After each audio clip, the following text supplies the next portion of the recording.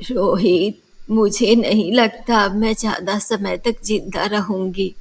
मैं तुम तीनों से बस यही कहना चाहती हूँ कि पारुल तुम तीनों भाइयों की इकलौती बहन है। मेरे जाने के बाद उसका ध्यान रखना, उसे खूब पढ़ाना। तुम्हारे पिताजी का यही सपना था। माँ, तुम चिंता मत करो, हम उसका खूब ध्यान रखेंगे। सोनम, किरण बहू, यहाँ आओ दोनों। जी माँ जी।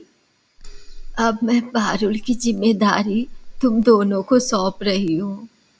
आप फिक्र मत कीजिए माँ जी, हम उसका अच्छे से ख्याल रखेंगे। हाँ माँ जी, वो तो हमारी छोटी बहन जैसी है। पारुल, मेरी बच्ची, आज से यही तुम्हारे माता पिता है। ऐसा मत कहो माँ, प्लीज हम सबको छोड़कर मत जाओ। मेरी बच्ची, जो भी इस संसार में आया है, एक दिन उसको जाना ही होता है।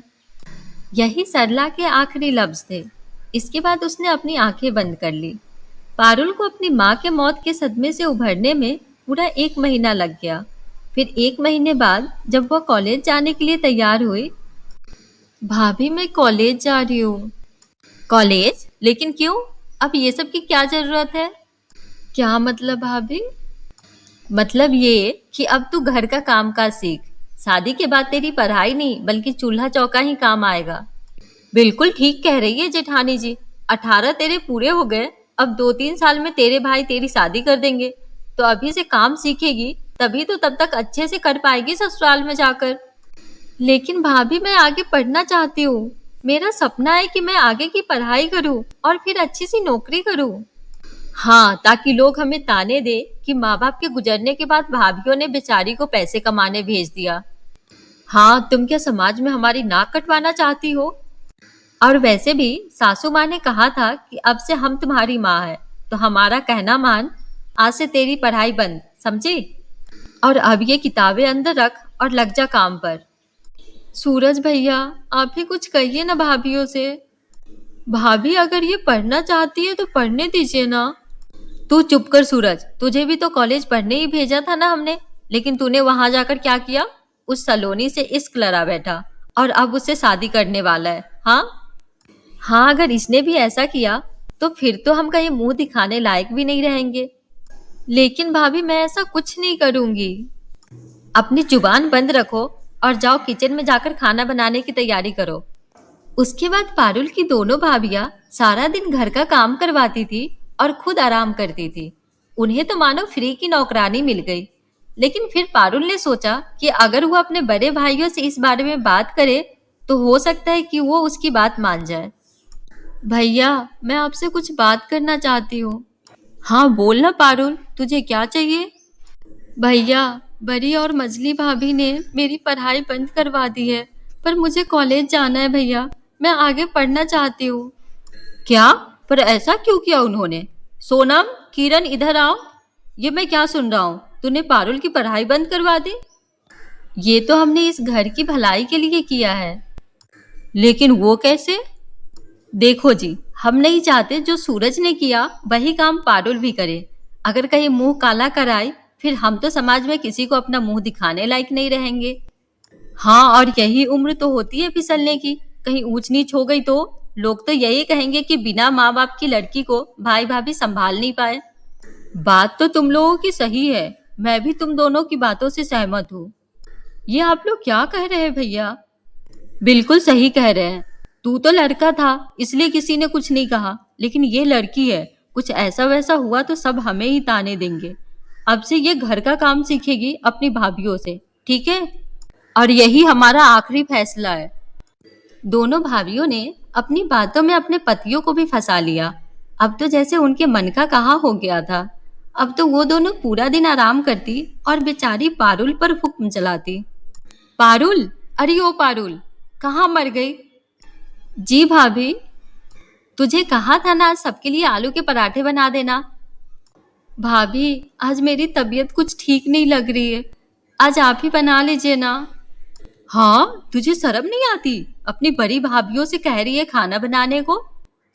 तो आजकल आप करती भी क्या है? सारा काम तो मैं ही करती हूँ। जुबान तो देखो कैसे कैंची की तरह चल रही है। हमसे जुबान लड़ा रही है। अभी तो तेरा कॉलेज जाना बंद करवाया है। अगर ज्यादा बकबक की ना तो घर से निकलना भी बंद करवा देंगे, समझी? बड़ी आई। चल अब जल्दी से काम पे लग जा। जी भाभी। अपने 3 भाइयों की इकलौती बहन और अपने माँ बाप के लाडली पारुल ने न जाने अपनी पढ़ाई को लेकर कितने ही सपने संजोए थे, लेकिन आज वो किताबें उसके कमरे के एक कोने में पड़ी थी, जिन्हें देख देख कर पारुल बस रोती रहती है। कुछ दिनों बाद तीसरी यानी कि सबसे छोटी बहू सलोनी ब्याह कर घर में आती है। शादी के अगले दिन जब सलोनी किचन में जाती है तो वो देखती है कि पारुल खाना बना रही है। तब वो उससे पूछती है, अरे पारुल, तुम इतनी सुबह सुबह यहाँ क्या कर रही हो?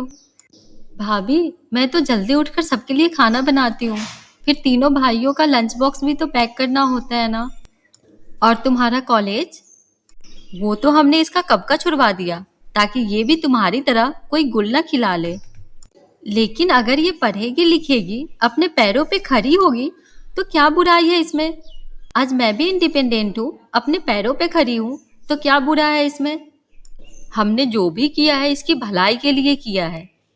इतना कहकर दोनों भाभी वहां से चली जाती है। लेकिन सलोनी ने भी फैसला कर लिया था कि वो पारुल को पढ़ाई शुरू करवा कर ही रहेगी। एक दिन ऐसे ही, रोहित भैया, मैंने सुना है आपकी बेटी रिया हॉस्टल में रहकर पढ़ाई कर रही है।